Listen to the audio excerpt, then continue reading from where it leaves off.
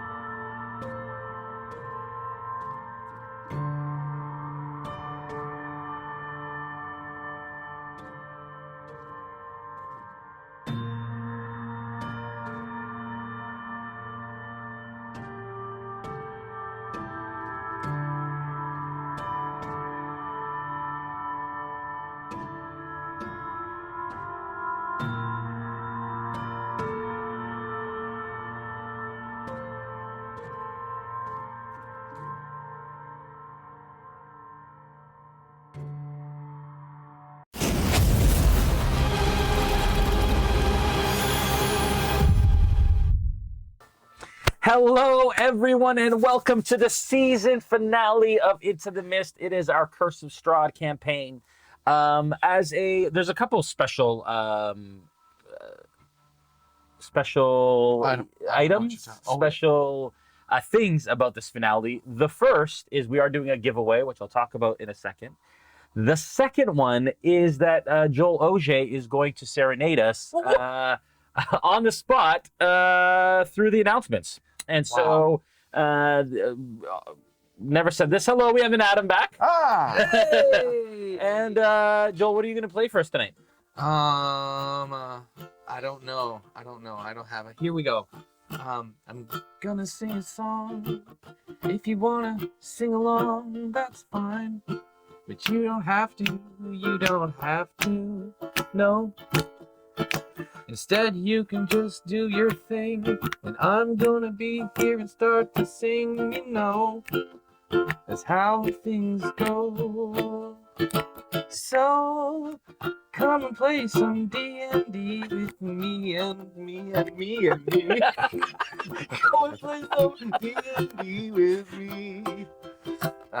And others too. There we go. That was supposed to be through the announcement. Oh gosh! But like you were supposed to like just play something in the background. But whatever. I mean, it's the finale, so no, keep playing. Okay. You know what they first say? of all, but Life gives you Saren. Aid. Make serenade. Oh. Welcome back, Adam. oh, The amount of caucasity I'm hearing right now. okay. All right. Anyways, back to it, because we have a short amount of time to bring this season to a close. First of all, we'd love to thank World Anvil, of course. World Anvil is an incredible online service for creating narrative and adding lore to your TTRPG experiences, and even writing novels and so on. You can check them out once again at worldanvil.com. And if you use the promo code RealmSmith, you can get 40% off a whole year. So check that out. This is great. We should do this every episode. Mm-hmm. Don't pay you enough for that, Joel.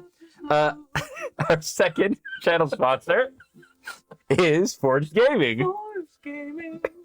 And they create amazing tabletop RPG premium products that you can take from your tabletop to your coffee table in a lot of ways. In a lot of ways.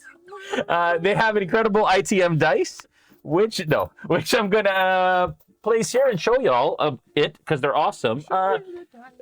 They have little skulls and bones and stuff, and they come in this really cool carrying case that you get. It'll have the Into the Mist logo on it. So check out. It's really, really great and fun. So check that out. ForgeGaming.com. If you use RealmSmith20, the promo code, you will get 20% off of your purchases at the website. And they created this incredible Dungeon Master screen, Game Master screen. It was designed by myself and the good folks at RealmSmith. Next to Falfer. Just kidding. And they have, it's awesome. It's customizable. It's completely magnetic. You got pouches, you've got initiative trackers, and the biggest part, I think, is the magnetic rules charts. So this is the light chart for 5e. And so you can check it out. We're currently finishing the design on it. You can go to theultimategamemaster.com to sign up for the private design group, where you can join us on Facebook and tell us what you think and help us to bring it the last 5%. And go to ultimategamemaster.com. Thank you, Joel, for signing up for that.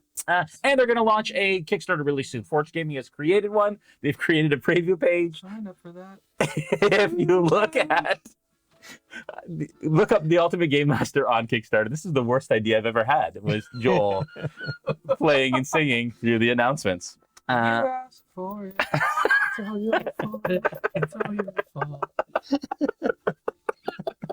You brought this. All right, moving right along. We're not even through our main channel sponsors yet. Sirenscape. You're all just gonna die. Because we already leave early. Sirenscape is an amazing online system for adding sound to your TTRPG experiences. Sounds like this. for Joel singing. Kidding. He's great. Or something like this. For ending announcements, which isn't going to happen yet. And Joel singing, yes. But check out sciencegive.com. They're awesome. Our series sponsor, Beetle and Grimm's. Beetle and Grimm's are so cool. They have this awesome Strahd Legendary Edition that we're going to be giving away today. Woo! Strahd's box. It's an legendary edition of Curse of Strahd. It's got everything you need to run your Strahd campaign and more, including giveaways and charts and maps of Castle Ravenloft. You can check that out. If you want to win this today, be in the chat and enter Beetle and Grimm's. One word with an S in order to be entered. At the end of the show, we will be announcing. And yes, and it's great. So check them out. Thank you, Beetle and Grimm's, for being an incredible sponsor throughout a lot of this series. So we really, really appreciate it. And the episode sponsor, of course, Mithril Armory. Just like last time, Mithril Armory create awesome tabletop stuff, including dice. And they did the spinners back in the day, and they have a new thing called the scrollers. Joel, do you want to take it away? No. You got to do your announcement while you sing. What? You got to do I it. want to put it down there so people can see it. Yeah. So there's a scroller, and what you do is go ahead, Brandon or Adam. You spin it just like this, and then it gives you a number just like that. It kind of has a little magnetic thing that makes sure the numbers are good, so you can scroll them. And there's going to be a whole bunch of different ones, but that there is a 20. And they're really, really, really, really fun. Oh, fun is a major chord. Fun is a major chord. That's really meta. That's so true. And anyways, yeah, so they come in this awesome, handy dandy click tray. And so these are their scrollers. You can check them out at scrollers at mithrilarmory.com. Mithrilarmory.com. Scrollers.mithrilarmory.com. Man. Correct. All right. No, you don't have to do that. Okay, anymore. thank you.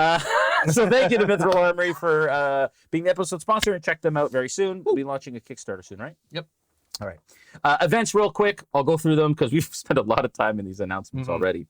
GameCon Canada, awesome show coming to Calgary, Alberta, Canada. We will be there. Nora, myself, and Omega. So far, we'll be playing a game on the main stage. Check it out. GCC RealmSmith is the promo code for a deal on your tickets. Go there. D3 at Sea is happening this fall. We are going to Bermuda. We've announced a bunch of GMs. Check them out.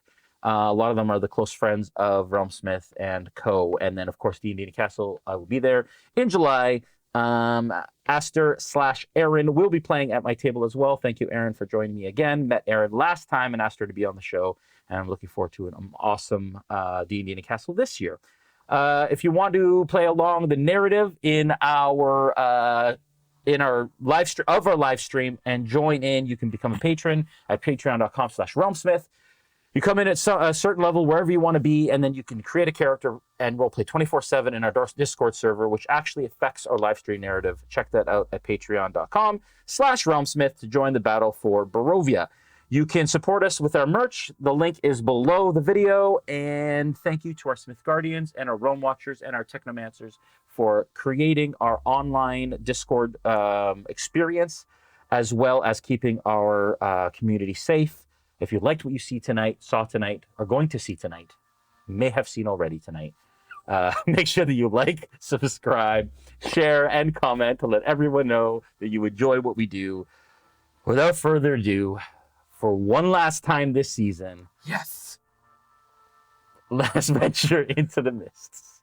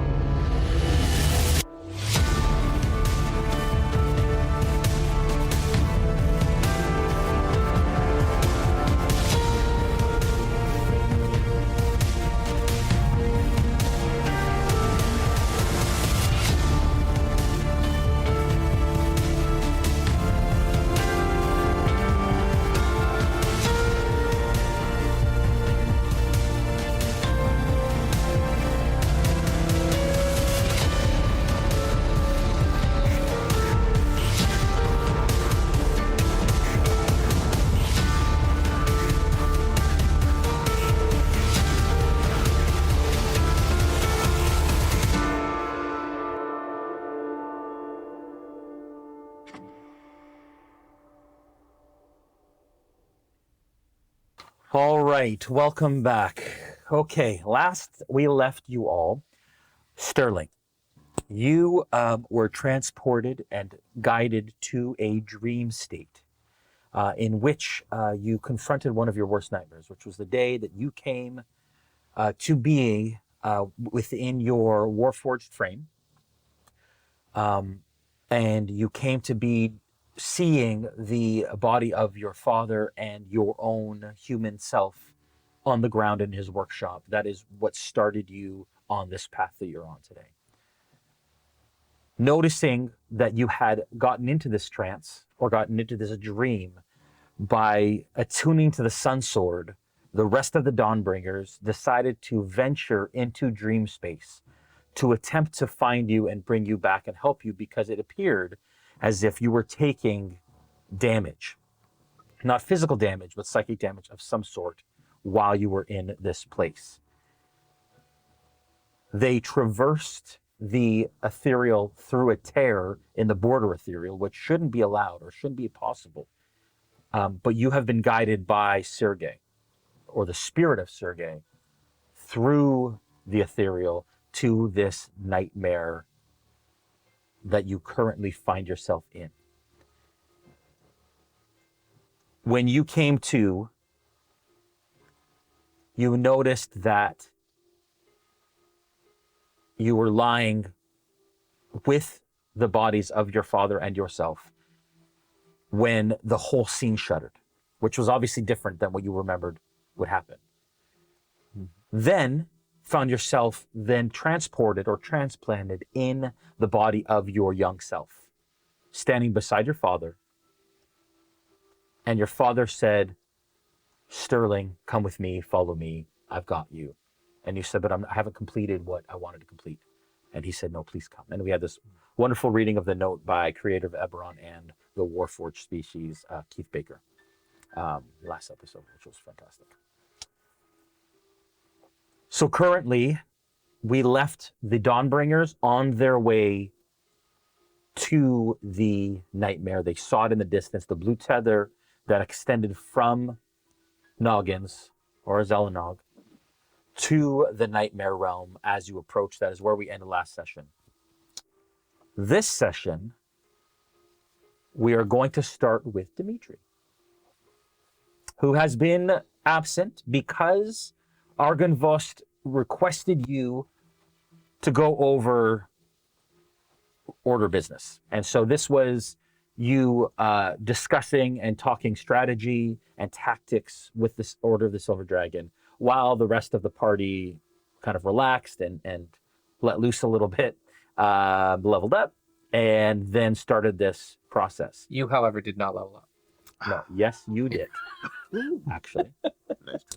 During that time that you spent time with Argynvost, you felt being in his presence that your kinship to him has grown. It has matured. It has changed quite dramatically. And you are feeling now like you understand him and have a connection to him and to his essence that is greater than it was previously. Welcome to your second level of Warlock. And with that, you gain a couple of features. And what are those two features? 2 invocations, 1 devil sight, so I finally have dark vision. Nice. No more torches. Yeah. And grasp of Hadar. All right. What is that, you ask? I didn't. I was gonna ask. Okay, there you go. When I hit someone with an Eldritch Blast, I can pull them 10 feet closer to me. Ah, So, which is useful as a melee. Yep. Love that. Yep, that's cool. Love that.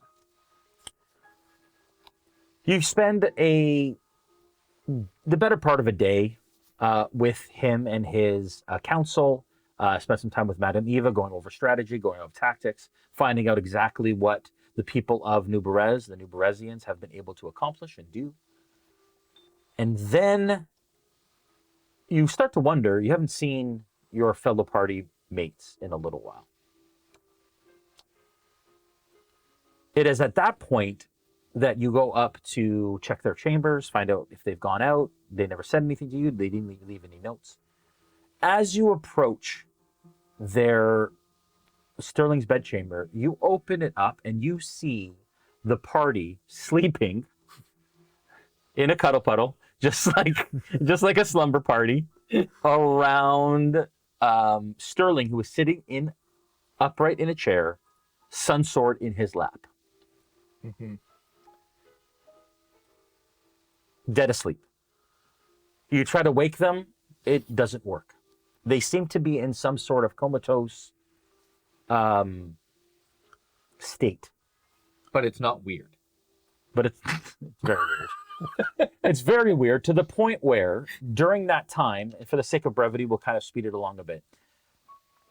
During that time, you call on people, advisors. Madam Eva specifically ends up coming to take a look at them and says that they are in a deep state of sleep and slumber, and that it appears that their essences aren't no longer on this plane of existence, and she doesn't know how that's possible because nobody can leave the material plane from Barovia. You wait a week. What? They don't come out. You wait 2 weeks. They are still under, and you start to see those that can grow facial hair and so on. Facial hair starting to come in. You kind of try to make them comfortable throughout the week. There are attendants that come in and out, but Madam Eva says you need to allow them just to go through this process. Are they on an IV drip or? No, yeah, so yeah. So at this point, you're starting to take care of them through magical means and so on. Okay. They're rehydrated, but they are being managed that way.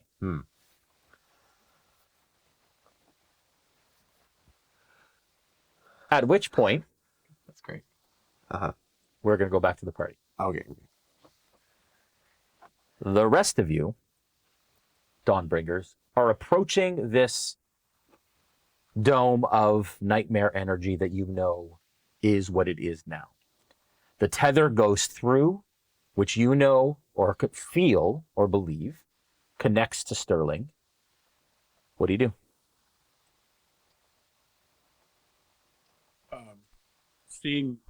I see the tether, but seeing that, and it goes into another big, nasty dome thing. Okay, this is one. No. This is one we have to go into. I mean, is it really necessary? Can't we just wait for whoever's inside? You don't see any points to the tether going inside. That's the way we go. I trust you, but how do we know it's?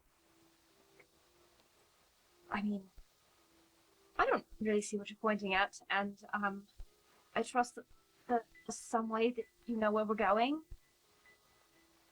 But I'm with Valva. Are you sure that we have to go in there? I mean, and sorry, just for my complete understanding, I'm not just seeing my purple tether going there. I'm seeing the tether that's connected to Sterling's entity that I think going into there. Yes. Right. The thing that you've been following that you thought would guide you to Sterling. At which point, you actually watch as another purple tether comes out from the fog behind you and begins to slink and joins the group that you have around your wrist. And in that moment, you feel the essence of Dimitri. And you imagine that with a tug, he could join you. I mean, but Sterling's important. He'll mid-sentence stop for a moment, and you'll see him just stare off in the distance, and then you'll see his eyes traveling and following down to his wrist. Are you okay? What's going on? What? I think something in the atmosphere is telling me to do a thing. No. I mean, Adam could sit out the whole finale, but not to get bet on everyone. But I think if the dream is telling me what it's telling me, then we need all the help we can get, and he tugs. okay. With that tug, Dimitri, you are asleep in your chamber. It has been 2.5 weeks since the Dawnbringers fell into this deep slumber, a coma of sorts. And as you sleep, your mind starts to wander and you start to dream. And you dream of a sea of kind of fog and this bridge that turns into a dock, that turns into a bridge, that turns into a dock, that turns into a bridge over and over and over again. And you watch yourself kind of like quickly walk across this thing, mindlessly, weirdly, and you just are drawn. And it's almost like brrr, like a quick kind of like fast forward until you stop and you see the back of your Dawnbringer friends at the end of this bridge. Oh yeah, it was a tiny bridge at first for like the first bridge, dock, bridge, dock, bridge, dock, bridge. And then it turned into a dock and then it went wider and then it continued dock, bridge, dock, bridge, dock, bridge, all the way to what appears to be this mass of roiling, undulating dark energy in a dome. And the Dawnbringers stand right in front of it. There's a couple things that you notice. The first thing you notice is that around your neck, you have a red tether. And it's a red sort of viscous tether. It feels a little tight, it feels uncomfortable, and it feels restraining. The second thing you notice is that there is a silver tether out of your back that heads back through the fog behind you. And that one just exists. It doesn't pull you back, it doesn't draw you forward, it just exists. Then you feel a tether. It's a silvery tether, strong tether that goes from your chest out and floats and goes back that way. It's different than the silver tether to your back.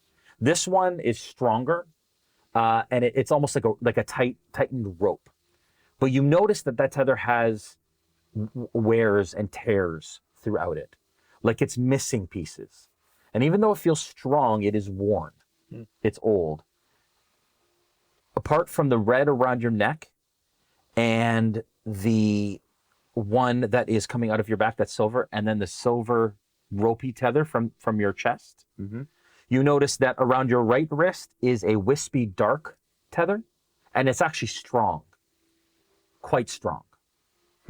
Stronger than the one on your left, which is kind of a pink, almost like an intertwining muscle or sinew of sorts that comes off your left wrist, and they all go back out from where you came. You all turn and you see Dimitri standing in front of you. The first thing you notice is it is old Dimitri.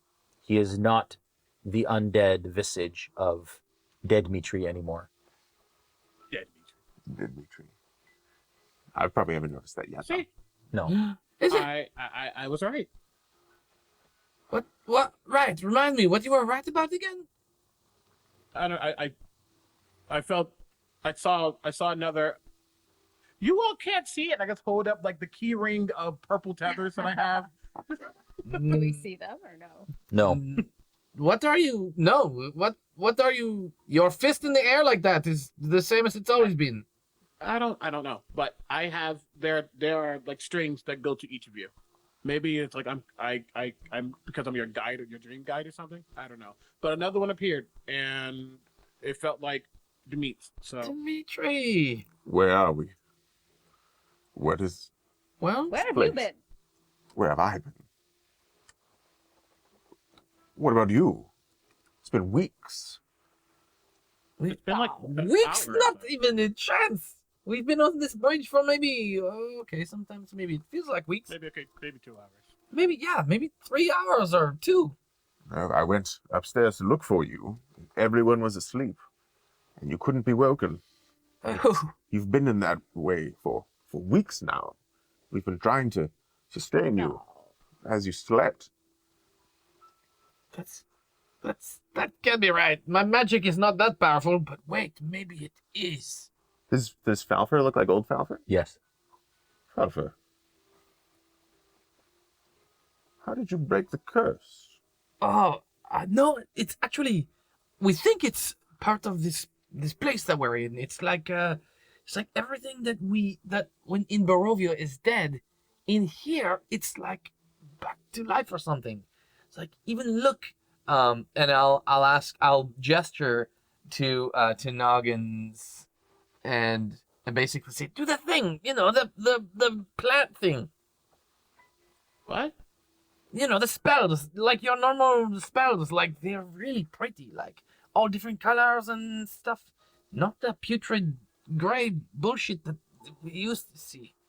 Oh, and so Adam, I don't look like Noggins. I look like Elijah and Zelenog. And Right. I don't think we've met in a dream yet. Right. So Okay. you're seeing. Yeah, I mean, look at Noggins. Right, that's Nuggins. That is Noggins. Yeah, yes, Nuggins. You are Noggins. Well, yeah, Zelenog's my name, but Noggins, it's easier to say. Oh, Amazing. No, it's fine. You can get either. I'm okay with both. It's not a dead name or anything. It's not once did he do any sort of. Not here, anyways. No. So this is your true form. Mhm. And your true form. This is as good as I've ever looked. What about me? Am I still? different. You look like you're old, you as well. Like A little more alive, if I am being perfectly honest. this place shows us how we truly are, uncorrupted by the mist. I guess so. Well, because I'm going to attempt to. What am I going to do? I'm going to attempt to take some of the fog that's next to us, and I'm going to attempt to shape it into a silver dragon figurine. Okay. Wisdom check versus intelligence check. Oh, Jesus Christ, hold on. Wisdom is high. Wisdom is, what are you? 21.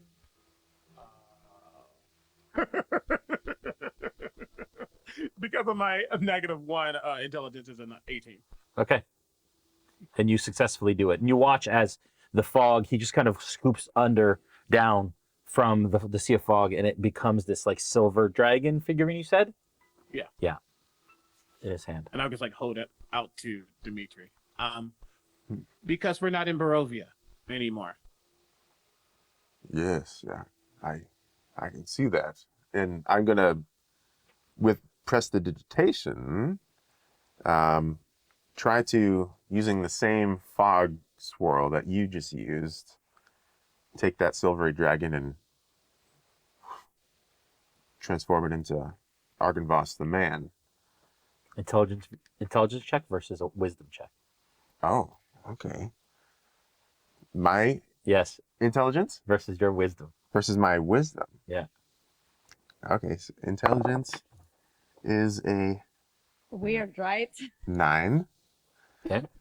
And the wisdom is 4. So intelligence was higher? Oh, no. Yeah, so you try and do it, and it just dissipates in your hand. And you seem to not be able to apparate this thing that you want to do. You can't do the same thing that he did in that moment. The dream space is different. You can do like your normal magic stuff, and I'll just produce a flame that looks normal. It doesn't look green, and I'll snuff it out. But this place is, I guess, essentially it's possibility in a realm. You can kind of do what you want if you know how to wield it. This is what I do as a dreams druid. And that's why we're here, because Sterling was asleep for a long time, and we tried to get him out, and he seemed like he was hurting, and we decided to go in to the space. We just didn't know it was going to be all of this. And now he points to the black space. I'm almost positive he's in there. Yes, well, the way I the way I left you in the room altogether. It was Sterling sitting upright, clutching the sun sword. And Was he still like that 2.5 weeks later? oh yes. Yes, and I honestly feel a tremendous amount of guilt. It was me who gave it to him. Not that I didn't think he could handle it, but maybe this wasn't the artifact we thought it was. I mean, perhaps So- you should have. Dimitri, we've been talking to you for like just a few minutes. Has it been like a week? How are we? Oh. How long has it been in here for you? A few hours, you said? I mean, Not very long. it's difficult. Hard to tell. It's hard to tell. Well, perhaps it's at least been an afternoon then with us right now. So it seems like time is not on our side. Fair. So, like, I guess since you're here, yes. What Nuggins was saying is right. We followed to make sure that Sterling was okay. We are now at the precipice of his, I guess, nightmare. Would that be what it's called? Yeah, And it's like a nightmare bubble thing. Yeah. yeah, and so guess we're trying to go in and seeing if he's still alive or okay or whatever. And we're sure that this is the direction to go to reach him. Yeah, and he like points back to the tether that he only can see. It's right here. Yes, still pointing. Nothing. Well, this, Didn't you say you could take a look inside? Yes, instead of one of us going in and risking something going wrong, perhaps if we get close enough but not so close if we're going through it, I could cast a little arcane eye to go in and see what's happening. Let's do that. yes, please. Let's do that. This is the most So- closest we've come to any sort of solution to what you guys are in the middle of. So I'm up to Are anything. we on the border of this thing? Yep. Or do we need to get closer? I'll Like, say that it's the you- 30 foot. You close the distance. It's about 30 feet away. Okay. You close So the I'm distance. gonna cast arcane eye and do the thing where I'm also casting minor illusion as a cantrip to just project what I'm seeing Okay. to everybody. As the eye starts towards it, it kind of turns in, and the kind of misty, dark matter hides it and swallows it. Back into Sterling. Sterling, you currently sit in this workshop. You and your father stand hand in hand just inside that workshop. I've taken the front door off. And in that moment, can you give me, please, a perception check?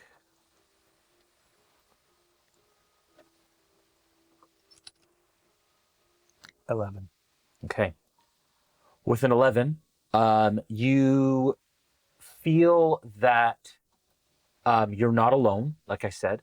The whole place begins to sort of shake as if there's a disturbance in this memory, as though it appears like something is happening that obviously is not part of your memory, and this has taken a different turn.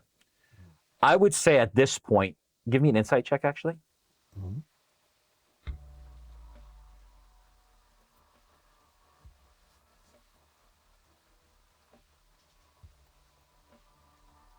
Ooh, that's a nat 20 for 26. Woo! Nat 20! Forged. Brought to you by Forge Gaming. At this point, you are clearly aware this is a nightmare. You are no longer in the real world. This isn't a memory. You are in a nightmare. And it has taken a turn. Though you feel as though you are protected by your father. And in that moment, you see some sort of darkened shape cross the window beside the house there. And they go larger, taller than the window, seemingly maybe as tall as the workshop that you're in. As your father reaches for the door and he opens it. What do you do? Wait, Father, there's something outside.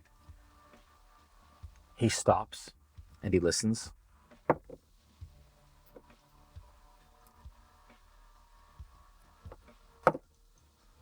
says, I don't hear anything, Sterling. I saw it outside the window. What was it? A shadow. It was taller. Taller than this building, I think. Well, we can't stay in here. We can't go outside. What do you want to do, Sterling? Okay, if you think we need to go, let's go, but let's go quietly. Okay. Give me a stealth check. Ooh, natural 20 for Papa. Woo. I've missed the child so much. I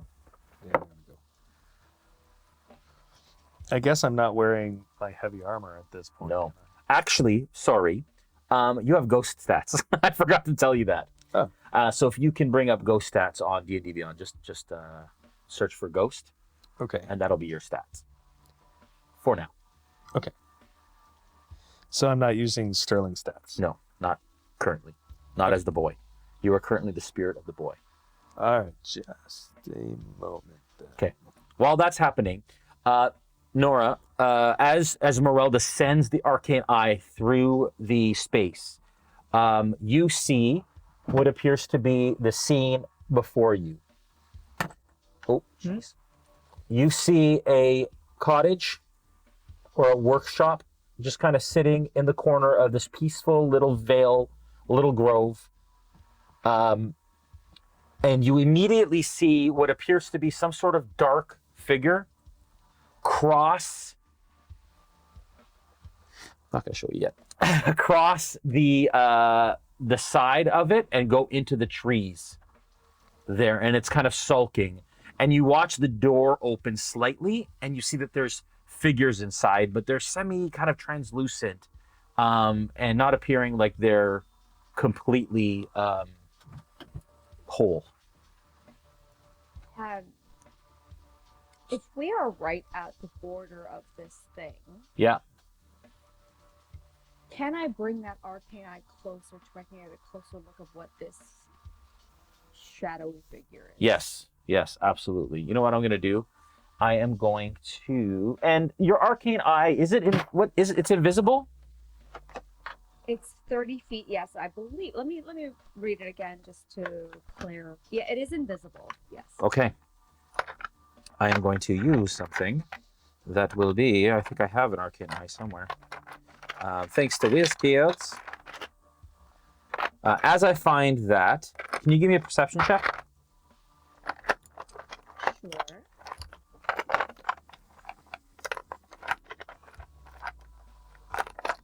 Dirty 20. Sorry, what was that? Dirty 20. Dirty 20. We will just use this. Well, there it is, arcane eye. Sure enough. Boom. Put that on there. Dirty 20.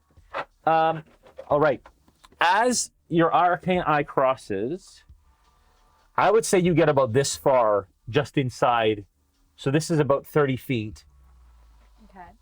So the edge of the is right around this sort of like, yeah, the dome is right around this, what appears to be a bit of an island.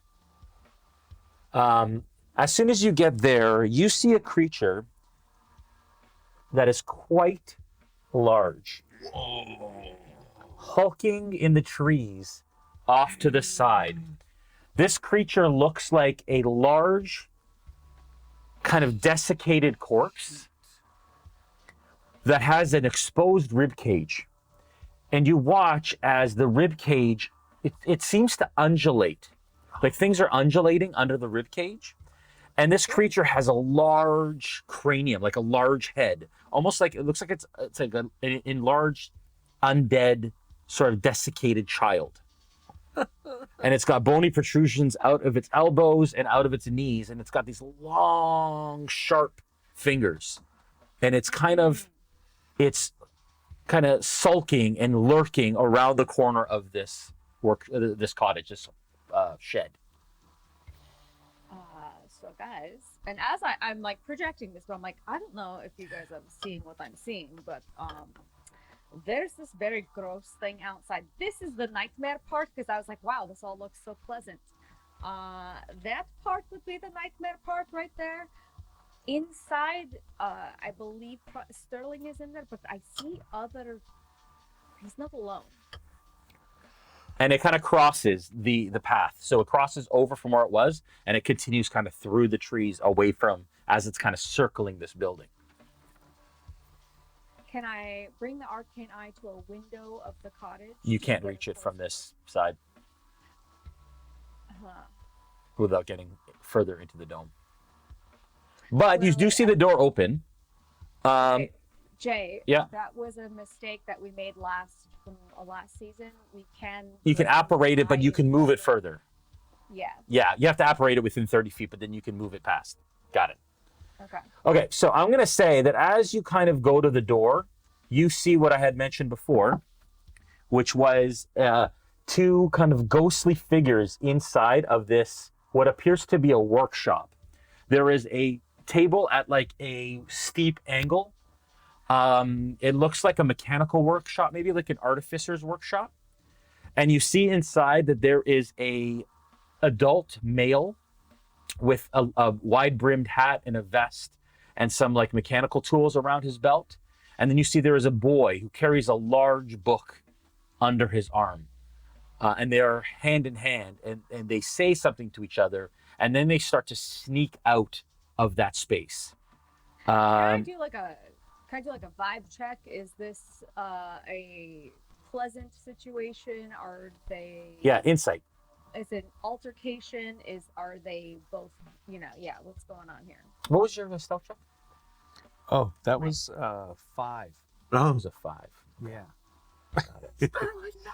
Apparently, ghosts aren't good at stealth. What can I say? Just super strange. yeah. You think that maybe a ghost would, how to stealth around? 15 on that insight. Okay, with a 15, you notice that they seem to be friendly. They're hand in hand, and this older gentleman is leading the young boy out of this workshop. But immediately as the boy kind of like steps out, you get this horrible sense that there is evil here, and you gasp just out of pure fear. And the arcane eye, you can see as you kind of turn, the creature, the shadow of this creature turns in their direction. And you can tell that they are very, very afraid. Okay. At this point, That I'd like everyone to roll initiative, please. is definitely the nightmare. We have to. Whatever's inside, they're very afraid. We Sterling, should move now. as a ghost. So I think that's a 3. 3. Dimitri, you had a 6, right? Yes. Falfer? 18. Esmeralda? 14. Noggins? 20. Aster? 8.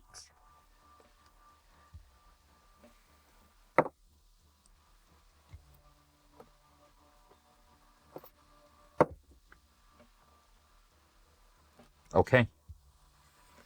All right. At this point, Noggins, you, Esmeralda just told you the situation that's inside. What do you do? Wow, I just had a whole brain fart. And we can see it projected as well. Oh, yeah, right. Oh yeah. Seeing that.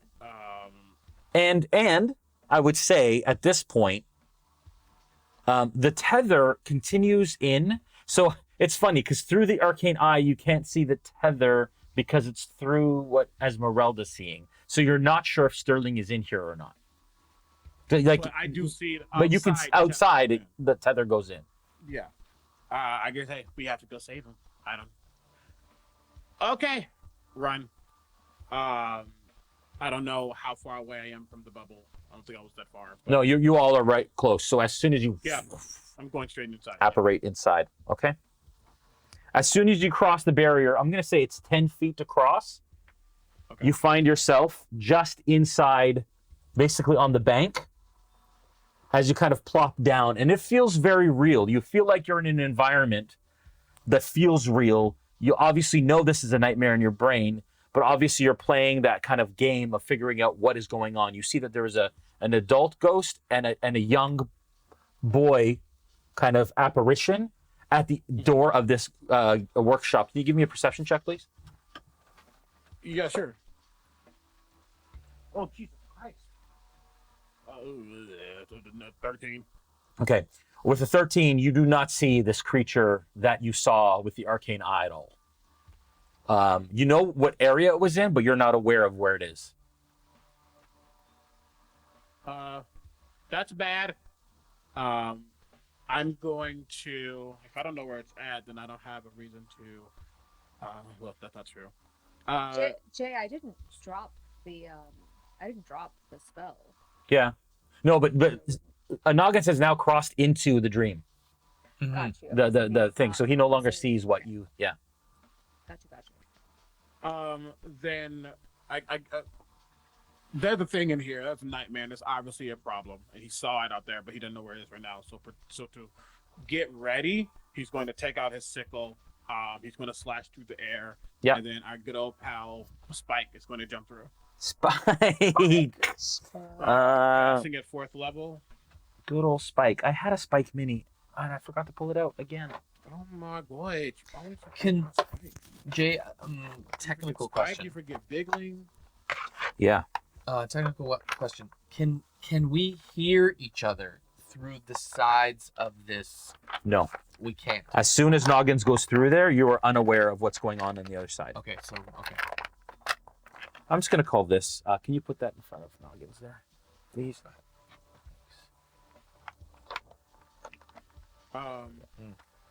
And what I'm going to do, I think it's smart.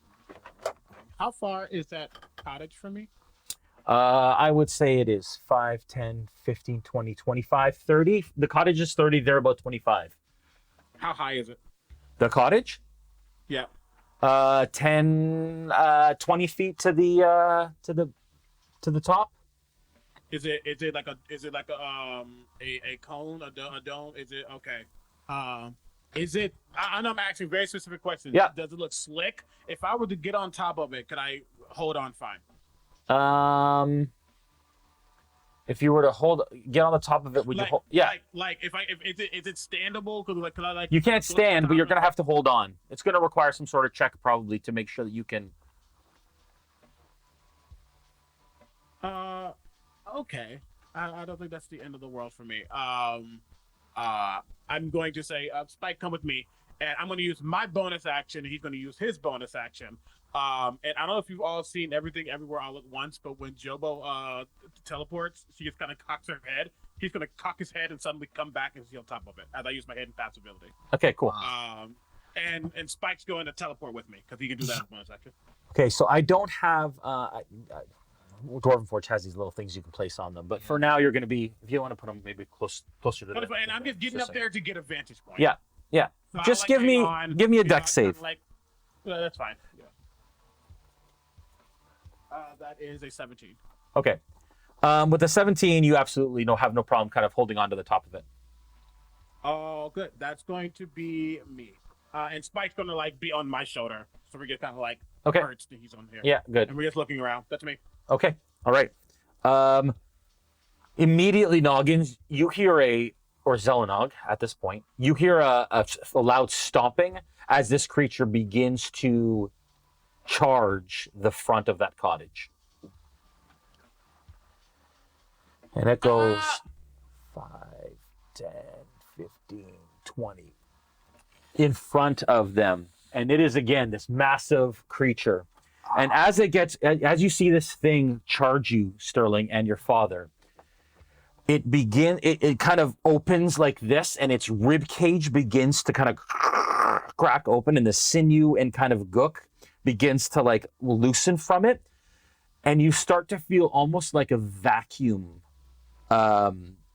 sort of feeling as you start to kind of the ground around, the space around you begins to draw closer to it.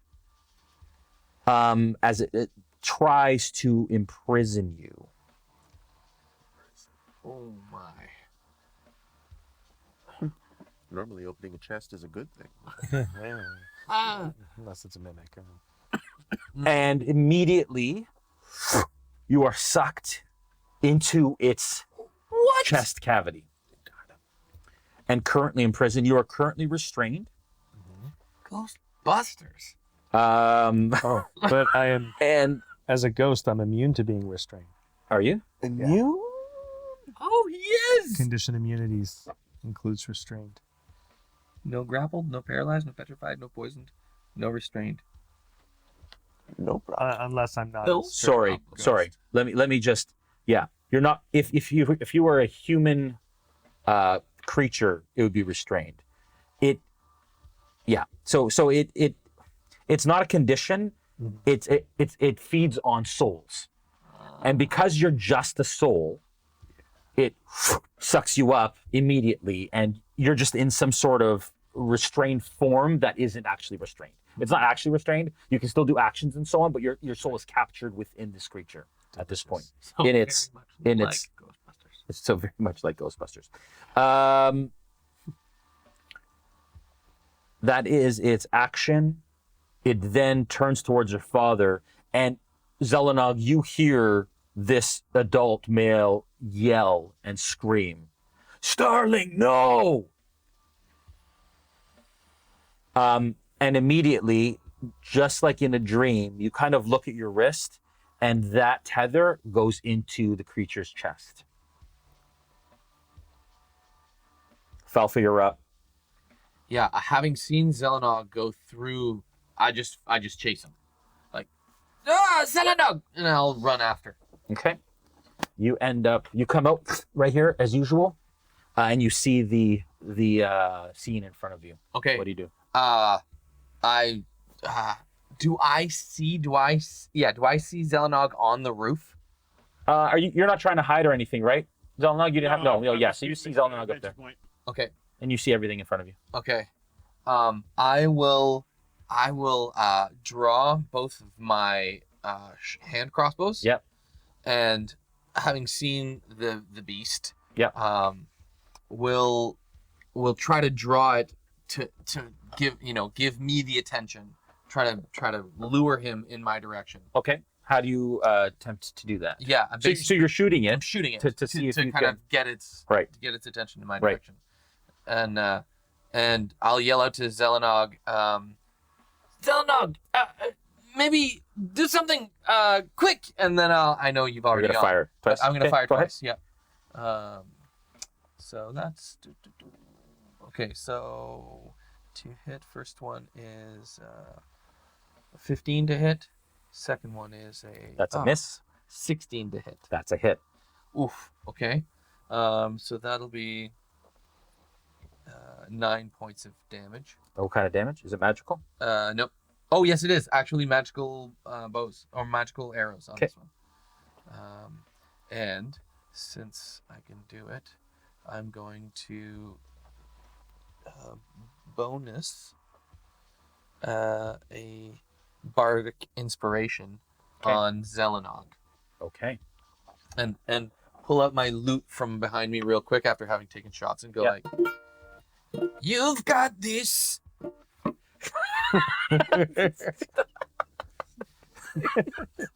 Steve. That's great. That's almost I as hate good that. as do better. Why is he playing a music right now? It's like a And you get a commercial 1d6 extra. Cool.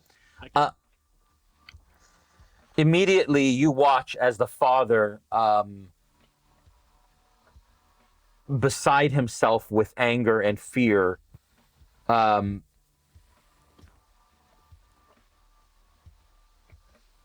it begins to scream this wail of pain, and almost like in Ghostbusters when the librarian turns into the nasty ghost, and like everyone within 60 feet of it must succeed on a wisdom saving throw, please.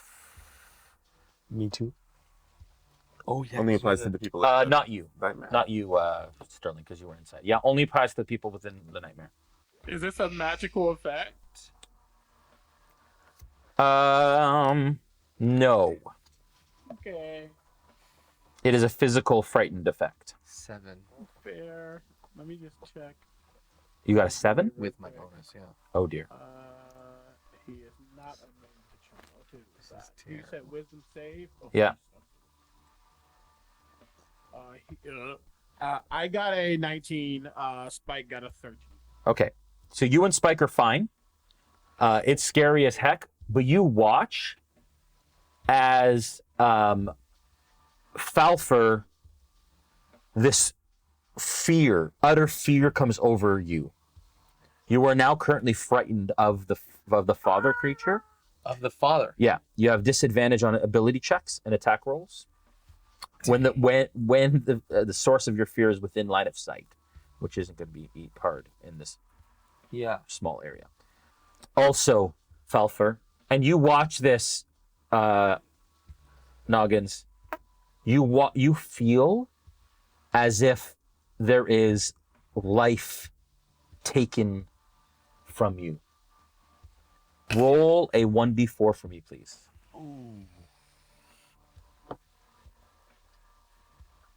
Oh shoot. Okay, well I don't know what it means, but 1.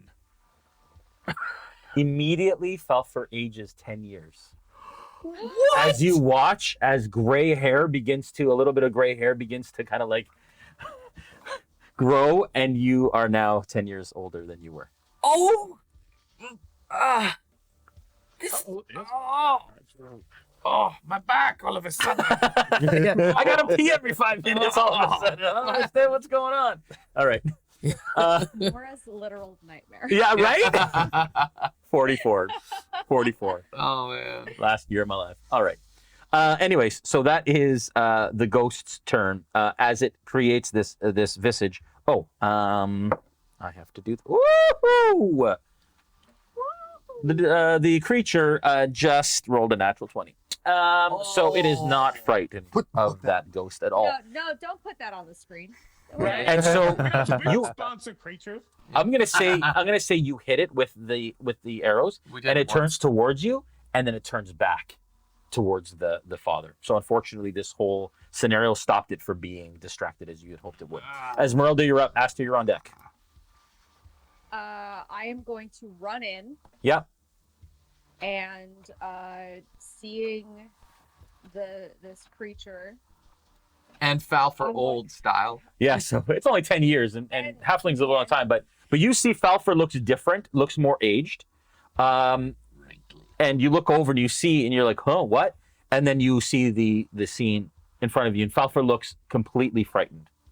Oh no! Well, I already know this creature's bad news from before, so I'm going in proverbial guns blazing.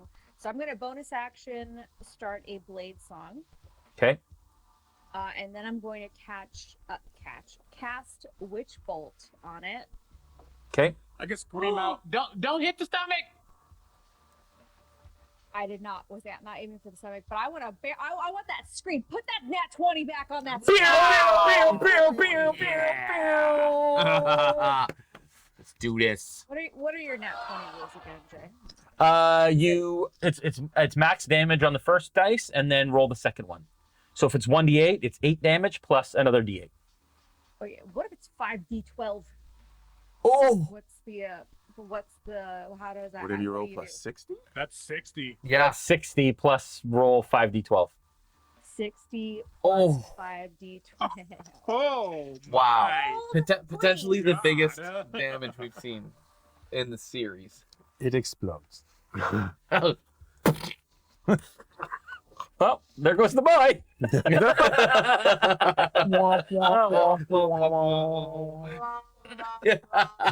44 plus 60, 104 damage. That is, I think, the most Esmeralda has ever done Anyone. I think anyone. Wow. in this game. As it's racked by, that deserves a sound effect.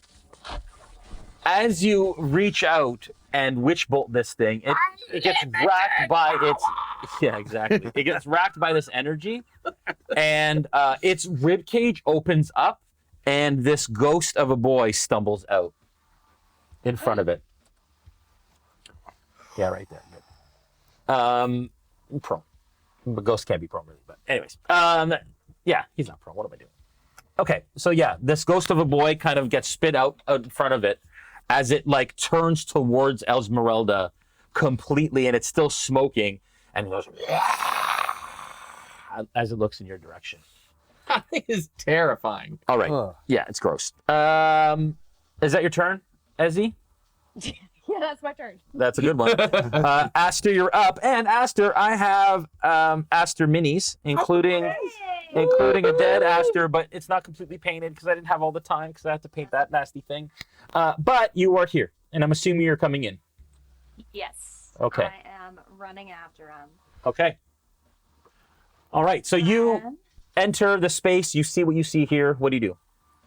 I think, having kind of seen already a little bit of what was going on before Ez dropped the illusion and ran through, I know there's this big scary creature in there, so as I'm going through, I'm going to use a bonus action and one of my bardic inspirations, and I'm actually going to determine a tale. And I'm just going to reach out to like whatever spirits are kind of just out in whatever space we're in. And then I am going to, let's see, save that for later, and I will just run in, and I think just like instinct, she's just going to reach forward and just fire 2 Eldritch Blasts right at this thing. Okay. The first one is going to be a 17 to hit. Hit. Followed by a 10 to hit, so I don't think that one hits. And what kind of damage is it? It's going to be force damage, so the one that does hit will hit for 5 points of force damage. 5? Okay, got it. Yes. All right. It takes the shot off its shoulder as a chunk of flesh kind of rolls out behind it. Okay. And that is me. Aster, Dimitri, you're up. Sterling, you're on deck. Okay, I will enter through Yes. and Yeah, wherever you want. Yeah. without breaking stride, That'd be like 15 feet. just to make it through. Yeah, to where you are now. There were 10 to get to where they are, Okay, so 15 to where you are now, and then you can decide where to go from there. is that enough to reach him then? Yeah, another 15? Sure. Okay, I'd say yeah. then without breaking stride, Yeah. once I reach here, I'll bonus action Form of Dread, Nice. and then the shadowy wings emerge from his back, Yes. and then this will temporary HP. Yeah. And I will attack with the Sword of Argynvor. This is going to be a 27 to hit. That's a hit. And, oh, we have 1d6 there. Okay. What? Roll that. 5 plus 1. I roll that 5 plus 2. So 7 plus 10 is 17 magical damage. Okay. And I want to add a Divine Smite Yes, to that. you will. And did? if this is a fiend or an undead, It's undead. all right, I'll do 3. So 8. 3, so 11. Oh, plus 2. 13 additional radiant damage. Woof. And the creature needs to make a wisdom save. Okay.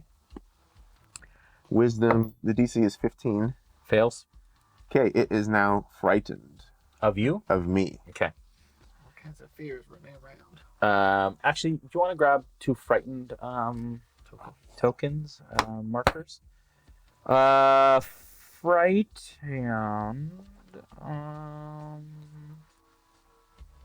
I can't move any closer to you, and I have disadvantage on attacks and ability checks, right? Mm-hmm. While Dimitri's in their line of sight. That's the important part. Yeah. Can't be scared of what you don't see. Okay. And as all that happens, I'll just quietly growl. Now let's finish this. Okay. Strike.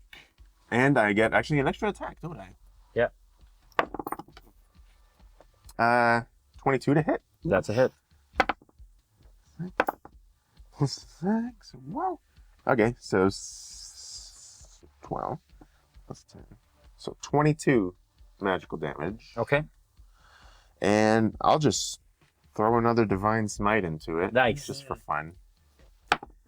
So 8. Plus 8. Plus 1. So 17 additional radiance. Okay. Wow. Wow. This thing is You guys are monsters. Yeah, I love it. I love it. Sterling, you are up. Noggin's on deck.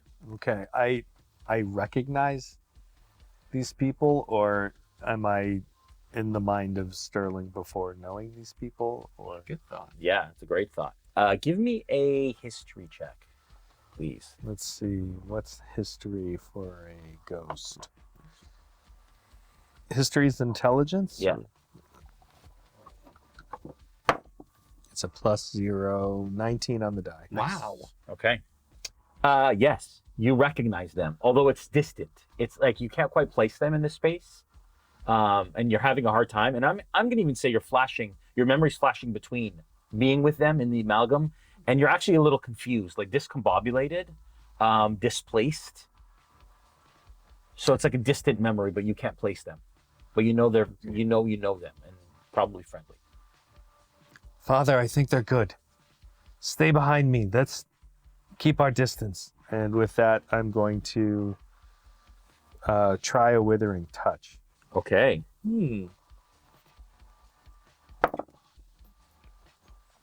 Is that a 2 or a 20? That's a 2. Okay, so that's a 7 to hit. Okay, 7 to hit. That misses. These ghost hands, they just go through everything. He complains out loud. Okay, is that your turn?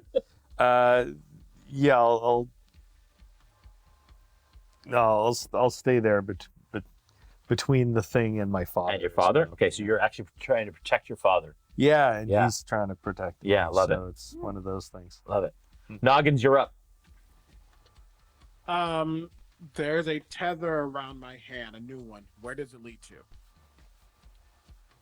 to? Just to the boy. To the boy. The tether that went through the nightmare that led you to Sterling is now in the boy. No, you said another purple tether got on me when... That was Dimitri. No.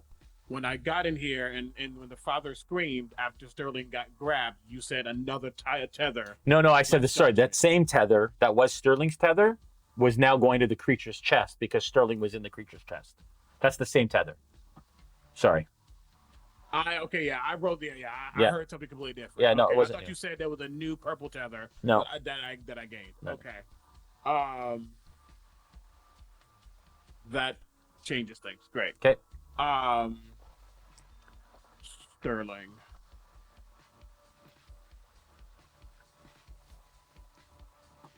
Do I see the creature? I do see the creature now. Yes. Yeah. I didn't see it before. Okay. Then what I'm going to do is look down. And yes. Oh no. I'm going to. Wow. What the hell? Let us do a.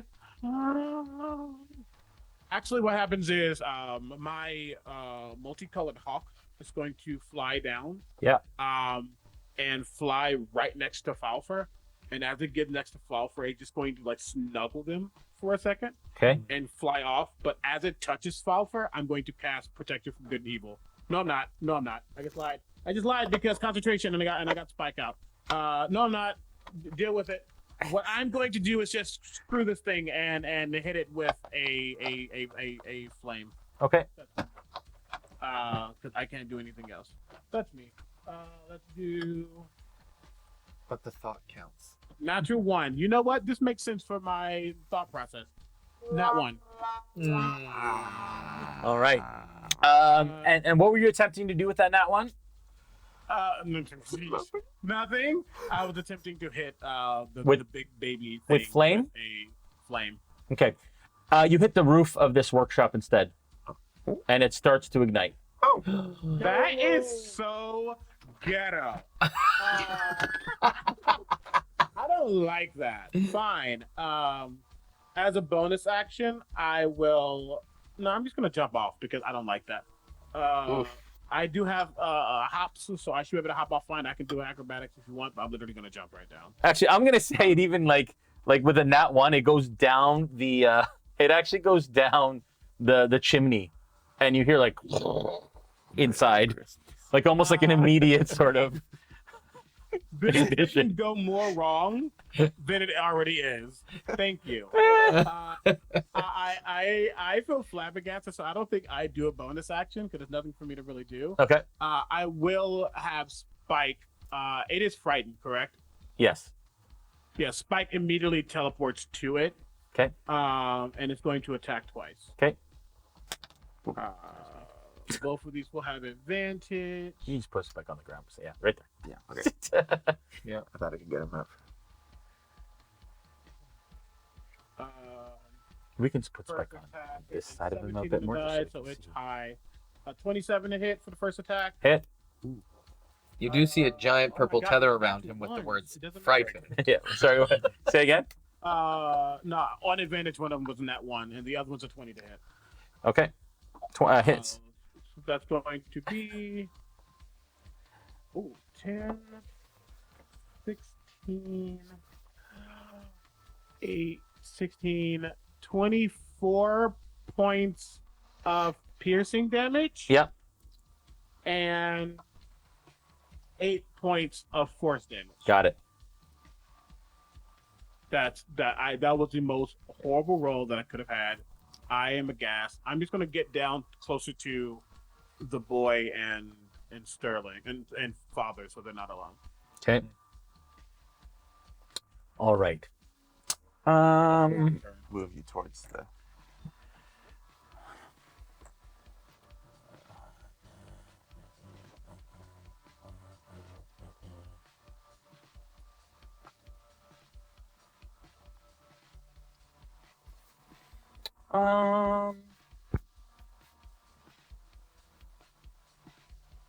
Oh, that's too bad. For who? For it. Okay. At this point, as it's kind of surrounded, you watch as this vortex of dark energy begins to kind of swirl around this creature. And again, you feel kind of like this vacuum sort of feeling. I would like everyone that is within 20 feet of it, which is 5, 10, 15, 20. You guys are just outside. So it's Dimitri, the two ghosts, and Noggins to make a Constitution saving throw. Is this a magical effect? Yes. Yay! I got it. Oh my god.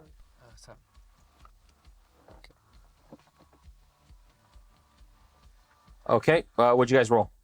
Dimitri? 22. Pass. 9. 7. Oh no, Sterling. 9 for Noggins. I need to do one for Spike too. Spike is Con. Hey, he's okay, Con. Okay. That's not bad. 15. Okay.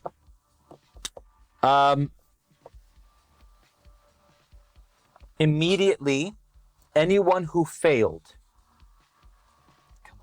takes 44 necrotic damage. Oh! Jay. That's not nice at all. Oh, can I? Anyone who passed takes half of that. I'm immune to necrotic damage. There you go. Nice. That's good because I have 45 hit points. Yeah. Oh. Oh, 44 necrotic. so half of that. Are you down? No, That's Okay. dangerous. I'm still a little druid boy. Does Spike take half or no? Spike takes half. So 22, Oh, sorry. What did Spike roll? 15. Spike takes full. Is he alive? Terrible. He's still. Wait, I casted at 4th level. No, he did. No, he did. See you, Spike. Oh, later, Spike. Thanks for everything, Spike. Okay. Thank you for being a fan. Thank you for being a Fae. That should be a t-shirt. Yeah. Oh, yeah. That should be a t-shirt. Okay. It's creature's turn, and you watch as this vortex surrounds it, and all of you, it like whips right past your faces, and you watch as life literally is drained out of those that are around him. The ghosts seem unaffected. Oof. Falfur, you're up.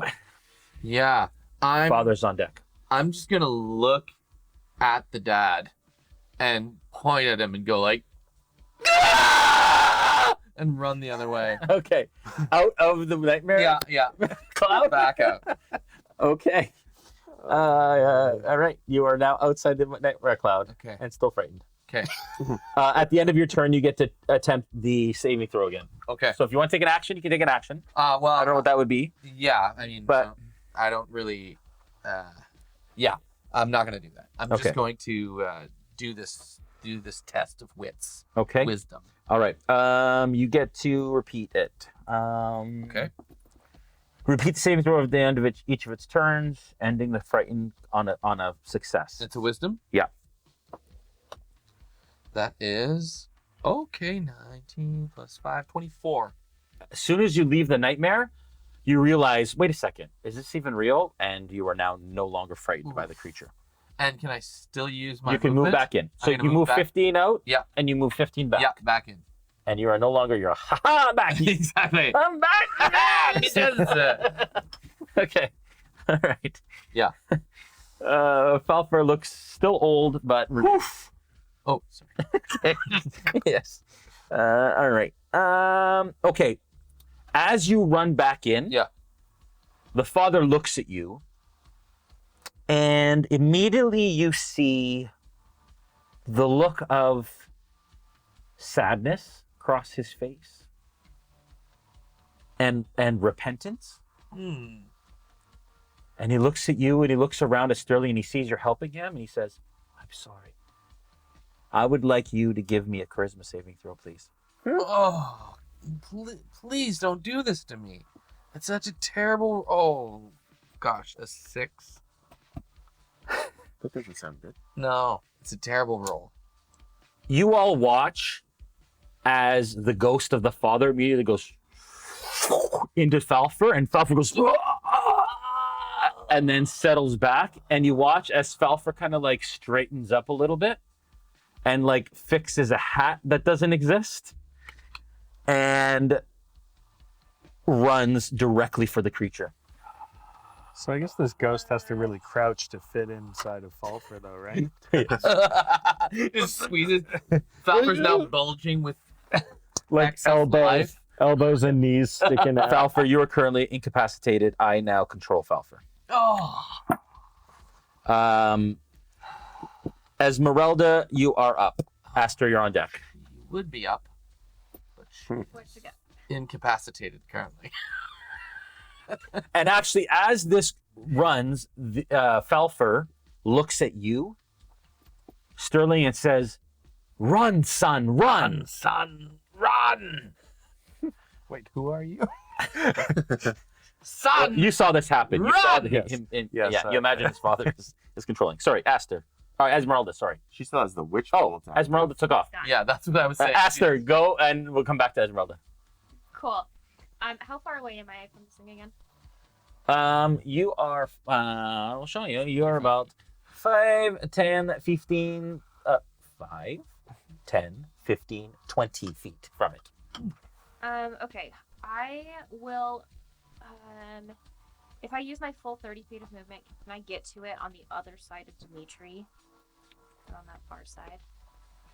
Yes, with 25, you can do that. Great. And then as a bonus action at 4th level, I will cast Spirit Shroud, and just summon all of these like untangible ghostly forms around me. And as I do that, I will use my action to bestow the tail that I rolled last time on myself. And I will reach forward with a fist, and one of these ghosts will kind of reaches over and like takes Aster's hand to guide it as this like spectral sword that looks like it's made out of glass materializes in her hand. And I will use my Tale of the Renowned Duelist to make a melee attack against this thing. And that is, finally a decent roll, a 23 to hit. That is a hit. And it will take, that's gonna be 13 plus my charisma modifier is 17 points of force damage. Nice. Plus, because of the spirit shroud, it will also take an additional 11 points of, I believe I can choose. It's going to be 11 points of radiant damage. Got it. From the spirit shroud. Nice. And that is my turn. Okay. Awesome. All right. Esmeralda, you're up. Well, Witch Bolt is a concentration spell, so and I cast it at 5th level.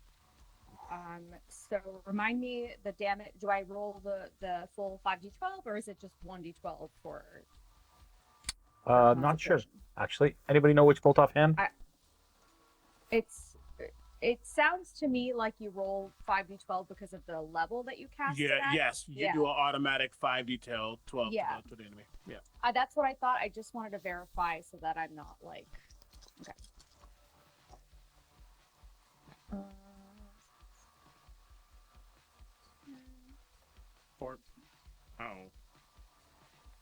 26 points of lightning damage. Okay, got it.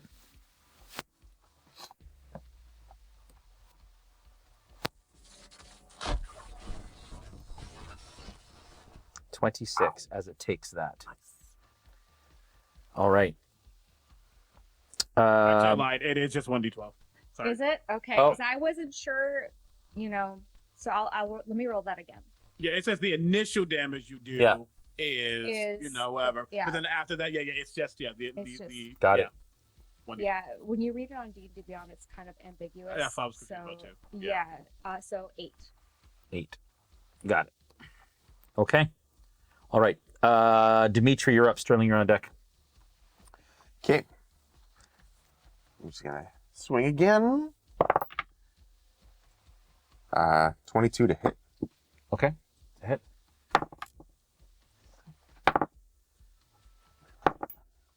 Sorry, 11. That's 10. Okay.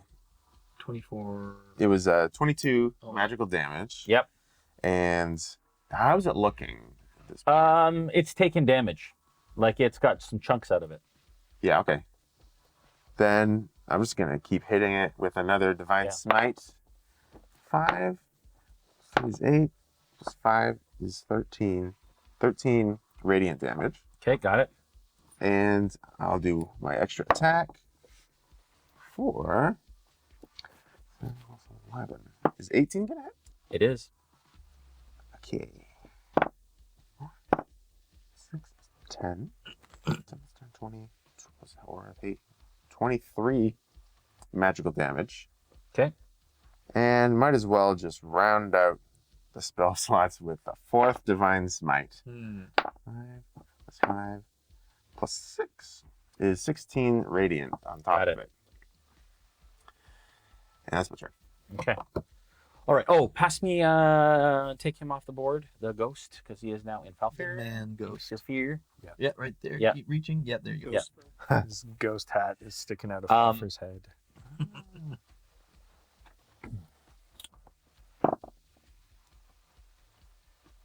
Okay. That was Sterling. You're on. You're up. At the beginning of your turn, Sterling. Yes. Give me a wisdom save. Okay. Ghost wisdom, go! Nat 20. Now, these really need those right now. Okay. With the nat 20, immediately you are reminded of who you are. Immediately, you are reminded of what your father gave you, which is the gift of life past your sickness, past what you were dealt by life in your life. And now, realizing that, looking around, you recognize each and every one of your friends. You place them exactly. You remember the heroic moments that you've had with them. You remember how they've sacrificed and the fact that they have traversed the dream world and nightmares to come to your aid. In that moment, you remember the Warforged shell. And you remember that it is now currently inside the burning workshop. Okay. I'm resistant to fire. Right, because you're a ghost. So, yeah, I'm going in the workshop. Okay.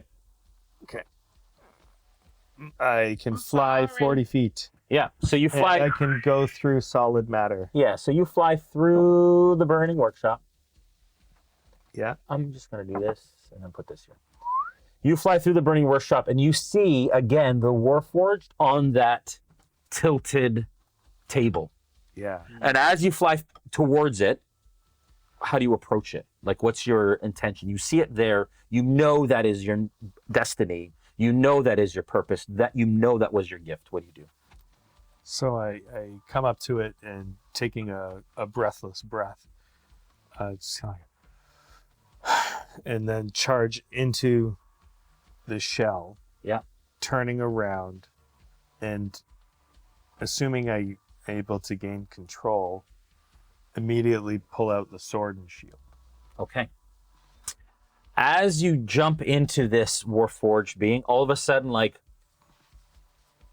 I would say the time between the time that you became the Warforged all the way up to the moment you sat down to attune to the Sun Sword, all goes, it almost like speeds up in front of you, like your life is flashing before your eyes, but reverse, until your eyes open and you feel the Warforged power on, and you stand in this fire-covered workshop, staring out through the door. The consciousnesses are immediately aware, and you do notice that you do have the Sun Sword on you. Okay. What do you do? That Um, was would part of I- your movement, so I would say that was like half your movement to get in there. And Okay. So, am I separate from the amalgam right now? no, all the consciousnesses are there. Are back? Yeah. Including the boy. No, including the boy. Including the boy. Okay, so the eyes are purple. Yes. Oh! All right. Okay. Nice. So, running, jump through the flames. Yeah. Right next to Noggins. And it's That's so good. it's time to level some rage. You all watch as the Warforged Sterling charges through the flames, jumping and landing beside the creature. All right. Let's use the Sun Sword for the first time. Let's do this! That's an 18. Yeah. And I do have sword and shield up, so Yep. I'm not two-handing this one. That's 7 points of damage. So it's not just the What did it do to hit? Sorry? Sorry, that was an 18 to hit. Okay, yeah. So 18 hits, and as you watch, he pulls out the hilt of this Sun Sword, and all of a sudden, this blade of radiant energy exudes from the hilt, and he swipes at the creature. 18 hits. How much damage? 7 points of damage. Yep. And it does some damage. It does radiant too. Yep. right? It's great. It is radiant damage. Yeah. Like, It it's is. the main damage type. Yes. If it's that's undead, it does an extra 1d8, I think I said. Right. Yes, that's right. An extra 1d8. Do you want that? So, That guy. 6. 6. So another 6 points of damage. Points Okay. of radiant damage. Got it. And I'm going to action surge. Yeah. Yeah. Actually, I get 2 attacks anyway because I'm a fighter. Don't Yep. I? So I'm still going to action surge, but that's another 18 to hit.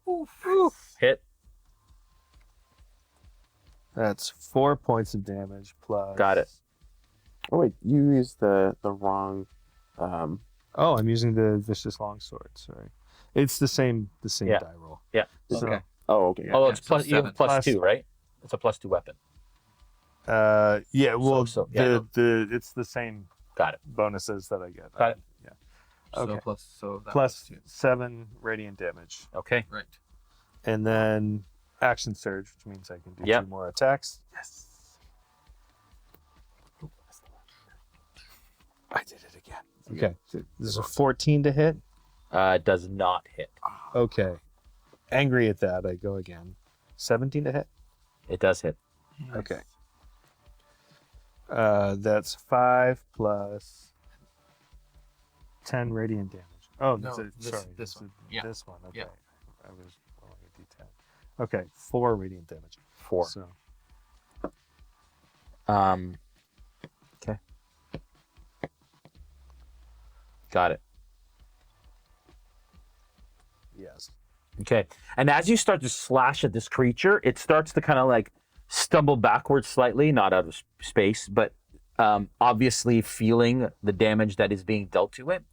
And in that moment, looking into its eyes, you get the sense that this creature in this nightmare and in this space is the physical representation of the disease that you succumbed to as a child, or that you were succumbing to as a child. And that, I believe in your description, you talked about a darkness that came over you and took hold. That maybe it wasn't, now thinking back and remembering back, maybe it wasn't just a disease, maybe it was some sort of affliction from some other force. And you get the sense that as you're destroying this thing and as you're taking chunks out of it, that it is the physical manifestation of that sickness. Which just powers your rage even further. That's cool. Noggins, you're up.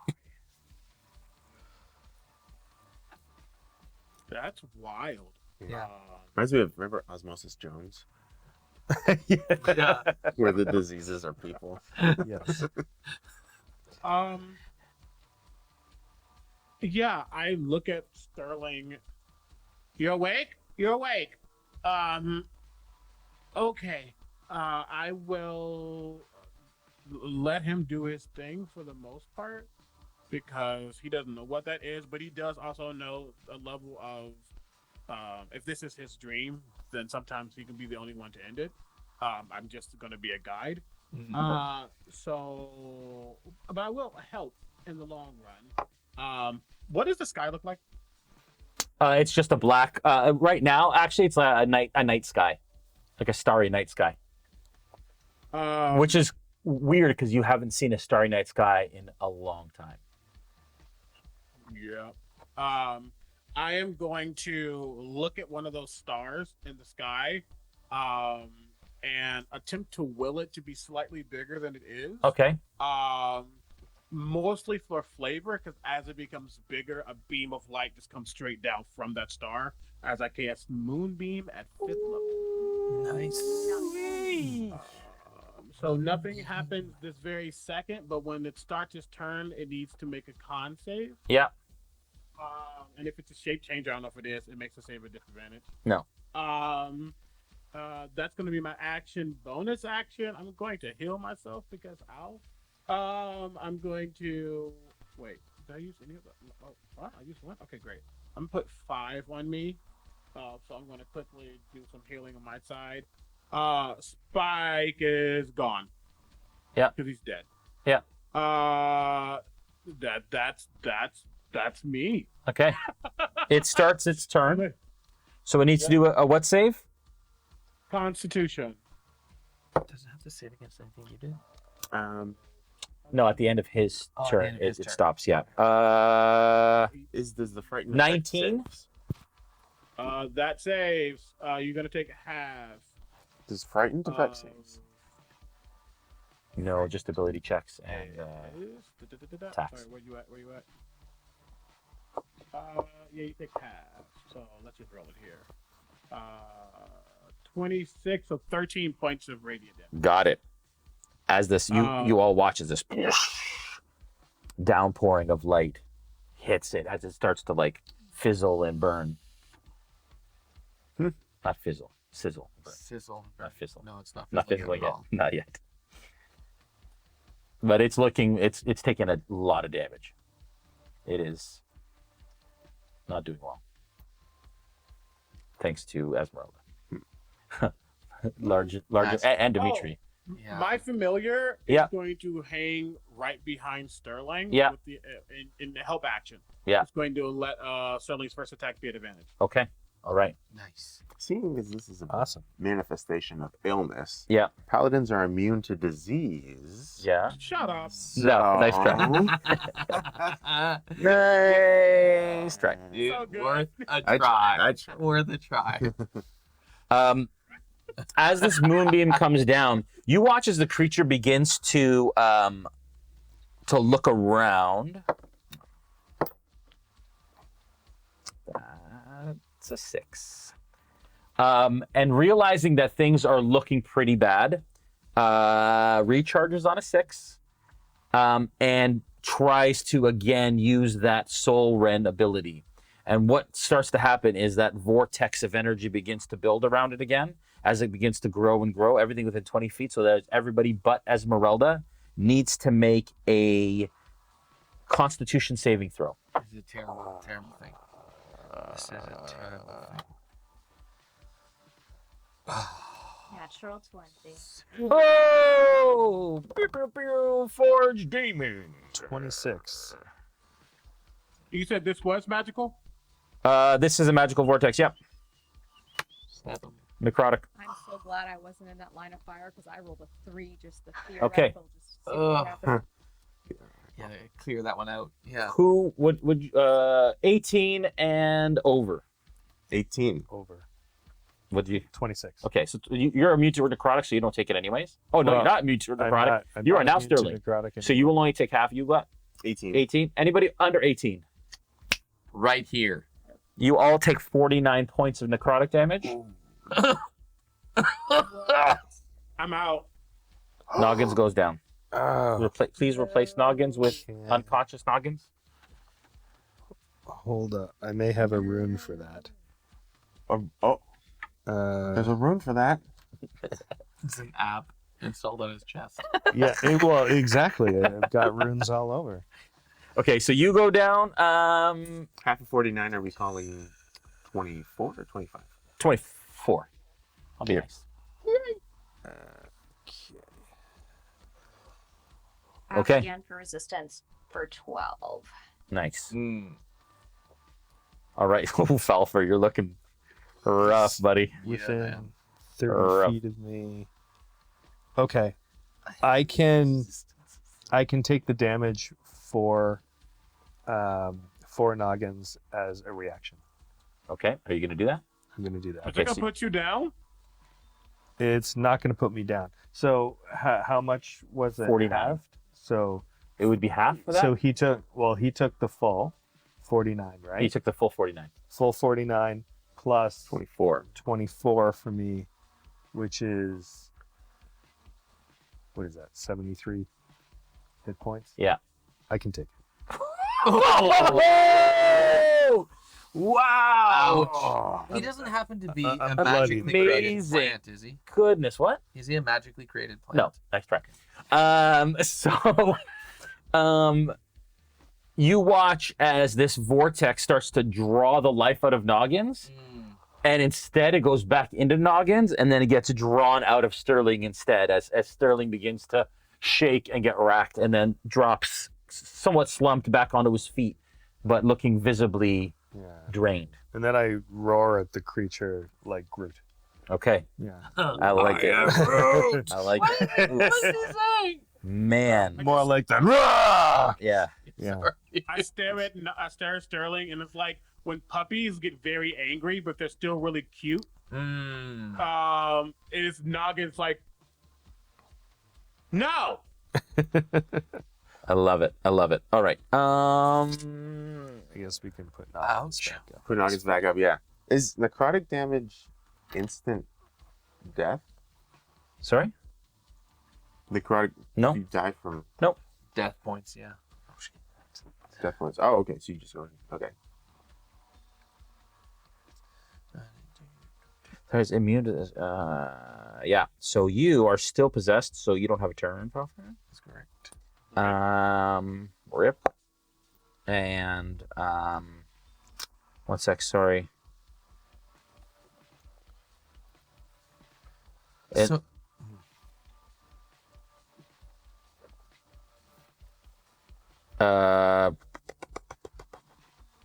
so okay. wait then. Am I? Oh, right. He's inside of my being. Yeah. Okay, so I'm still taking physical Yeah. damage. So you're still It's taking not damage. like a ghost taking damage. No. I guess is what I was asking. Yeah. But he is next. So he is going to. He looks over at Sterling. And you watch Falfar's face emote sadness. And then it turns to happiness as Falfar begins to weep, looking at Sterling. And then as he watches him get racked with pain, and Sterling looking really hurt at this moment, turns towards this creature and jumps up, attempting to grapple it. Who's grappling? So Falfar's form as the dad grappling the giant child. crawls up the leg and is trying to It's like yells out, "Take me instead!" in Falfar's voice. take me instead. No. That's not going to be And it. Falfar's like straddling his face. Quite generous of the father to sacrifice a stranger. Meets it, beats it. So it is now grappled by Falfar's little body. Yeah. So So his basically, body is wrapped around the thing's head. Yeah. Okay, can you throw grappled on it as well? Oh, okay. Hilarious. Esmeralda, you're up. Aster, you're on deck. Seeing all of this go down, Esmeralda is pissed, and you see this giant shimmery hand form, and with a clenched fist, punches it right in the face as I cast Bigsby's hand and goes in for that punch. Big B's hand. That big ass. I have Big B's hand. I roll a hit for that, even though it's a thing I cast, so that is a 19 to hit.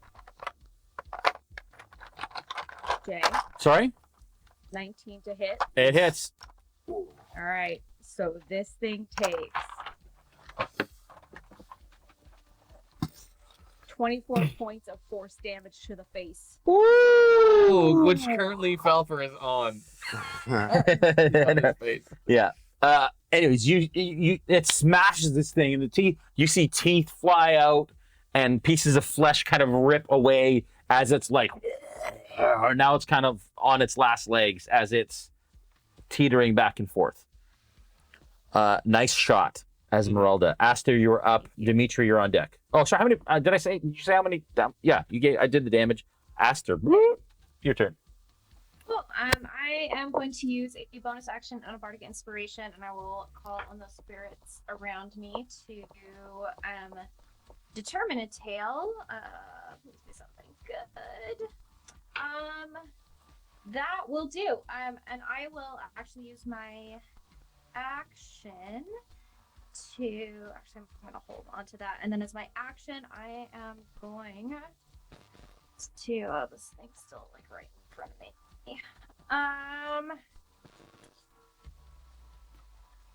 just going to make a good old dagger attack on it because it's too close to do much. 17 to hit. Hits. Okay. That's going to be so it'll be 3 points of piercing damage on the dagger, and then because of the spirit shroud, as one of these spirits kind of like wraps around my hand and like shoots this radiant energy towards it, it will take the additional 12 points of radiant damage as well. Okay. All right. It takes it and it falls to one knee and kind of like grips the ground as it is succumbing to the pain. Dimitri, you're up. Sterling, you're on deck. Okay. Here's the sword, and it's gonna be a 30 to hit.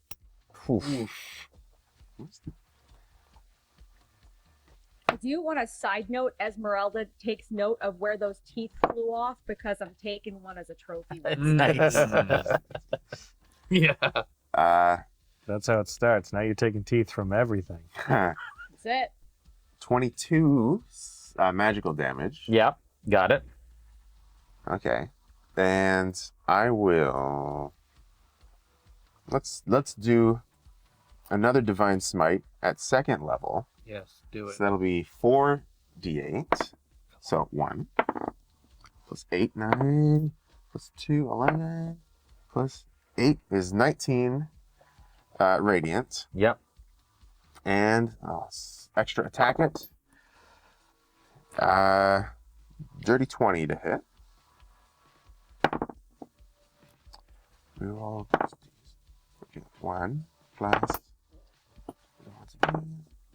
Okay, 2. So 3 plus 16 magical damage. Okay. And let's just do a 6th divine smite. Just to be sure. 1, 2. Such a power. So it's 8. So it's 11. Plus another 2 is 13 radiant on top of it. How do you want to finish off this devour? Paladins. Okay. I will surgically with the sword. Yeah. Like a xylophone. Snip off all the ribs. Yeah. And then Nice. the finishing blow, just the spine. Yeah.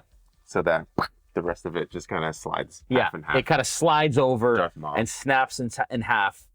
And it falls onto its all fours sort of thing.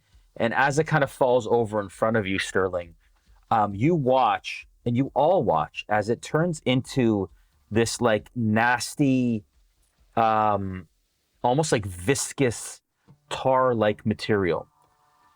And it begins to seep into the ground as it eventually evaporates and disappears. And you all stand in this space. Immediately, you watch as the dome begins to dissipate overhead, as the nightmare begins to come to an end.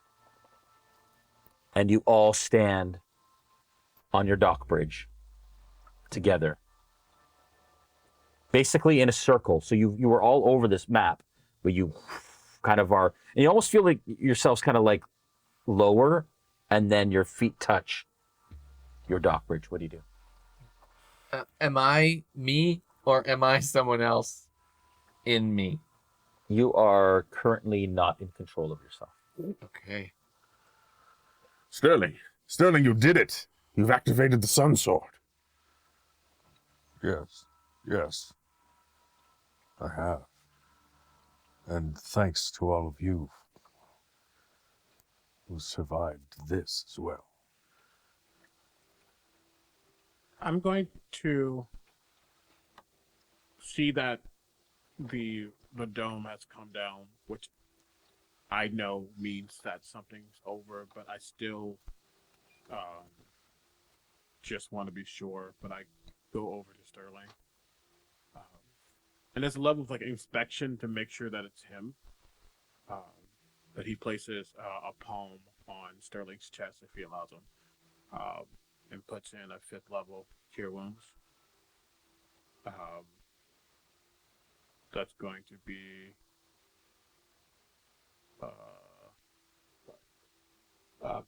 it's gonna be some healing. But as he touches, he just kind of looks into the purple eyes. Are you okay? For the first time in a long time, I feel whole again.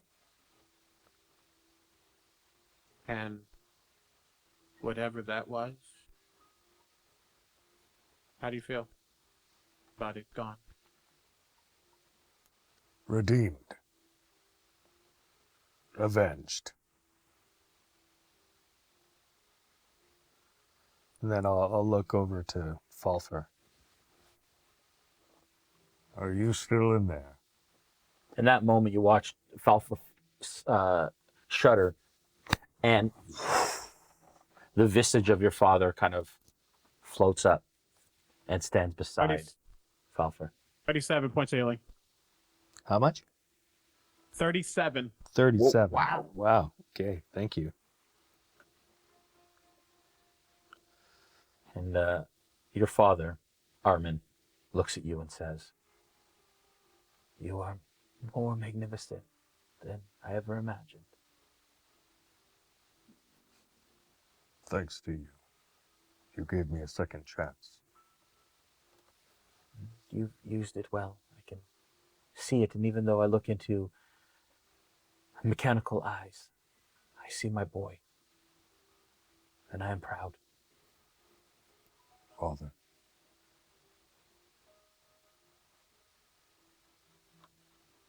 I have to admit, I have done things I'm not proud of.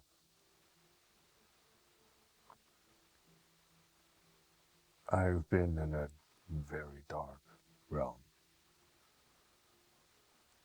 But I assure you, I'm doing everything in my power to rid it of the evil that holds it so tightly.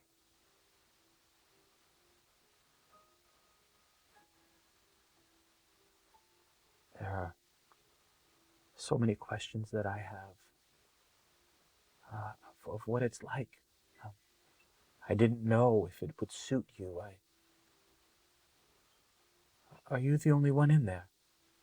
No, there are others. This shell was made with the purpose to house the minds of multiple warforged that came before it. How many are there? Myself and 7 others. That is 8. Yes. I wasn't sure. I had no way of knowing. I don't mean to dismiss what you said. We've all done things that we regret. You, my son, are the least of those. I am proud of you. If I could do it all again, and I just did, I would do it the same. And he looks around at everyone and he says, "Thank you. For you have done for my son what I have not been able to. I didn't think I'd see you again. But in the research that I did, I learned that the shelves, this, that you take residence in, they typically have 10 slots. 10, room for 10 consciousnesses. I don't want to be without you again, son." And with that, you watch as he places his hand on your chest. And then you feel as he begins to pass through and completely envelops into the Warforged being and becomes the 9th consciousness within the amalgam. Armin, the Artificer, your father. You feel reunited. Whew. And you all sit and watch as the father disappears into Sterling's chest. Sterling puts his hands on his chest. Never to be apart again. All right. Whew. You all stand on your dock bridge, knowing that moments become hours, become weeks. What do you do? I'm going to cast Cure Wounds on myself. Is it like, I don't know, raining in here? Oh my god. As that happens,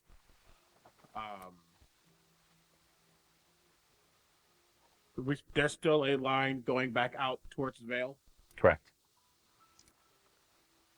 We shouldn't be here much longer. If what we did was 2 weeks, what we just did could have been even more. Yes, Sterling, you've been asleep for a long time. I only just came into this dream space. But I was on the outside for weeks, and everyone else was just sleeping.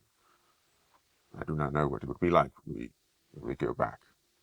Well, the longer we tarry, the longer Strahd has his way.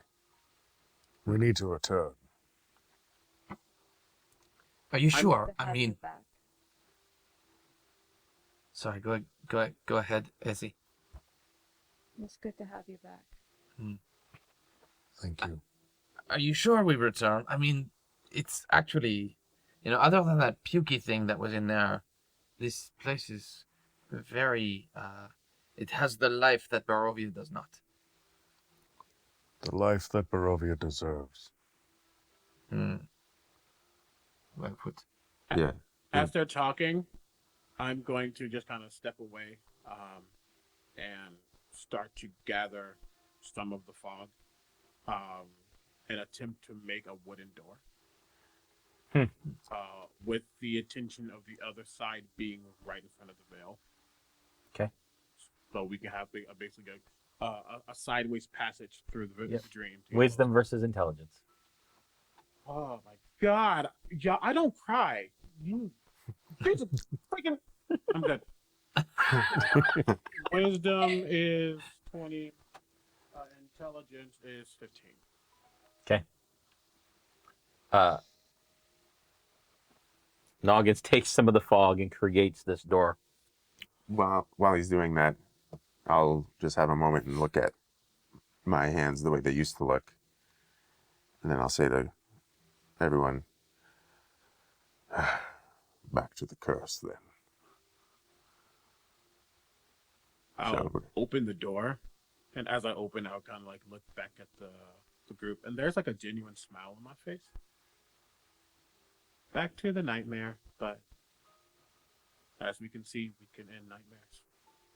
And that's what we'll do. Yes.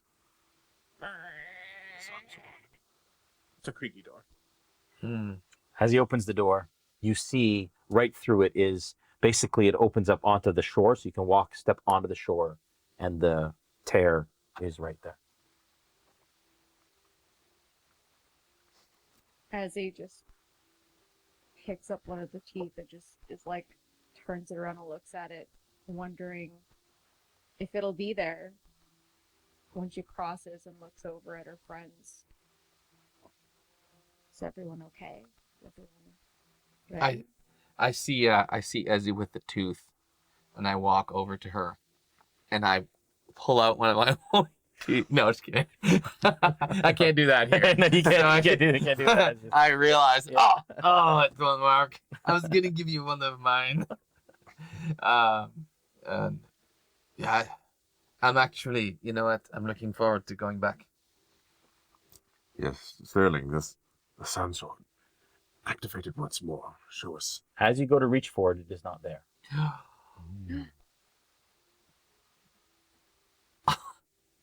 But I saw that it was a retractable situation because, man, that was really bothering me. I was trying to wrap my head around it, and it was good to see it in action. Do not have it. No. Where did you put it? I believe that Sergei has it in this realm. Sergei? Yes.